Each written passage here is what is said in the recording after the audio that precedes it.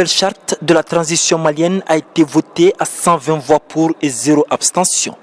Le Conseil national de transition, avant le vote de cette nouvelle charte, a fait des amendements, notamment par rapport à la durée de la transition. La transition prend fin avec l'élection présidentielle organisée par les autorités de la transition, la prestation des serments, la passation des charges au nouveau président élu. Dans la nouvelle charte, le Conseil national de transition va passer de 121 membres à 147. Le nombre de ministres au sein du gouvernement, qui était fixé à 25, va augmenter. Ces recommandations du CNT ont été bien accueillies par le gouvernement. Avec le vote presque à l'unanimité, vous avez vu vous-même, qui consacre la révision de la charte.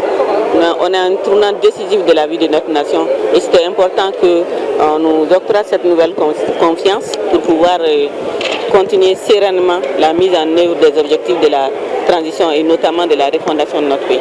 En votant majoritairement la nouvelle charte, les membres du CNT estiment que c'est pour créer les conditions d'une union sacrée autour du pays.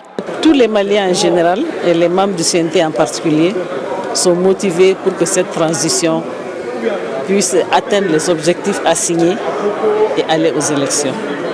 Et nous pensons que les modifications qui sont intervenues vont amener une cohésion sociale, renforcer les liens, resserrer les liens entre les Maliens pour aller vers l'essentiel.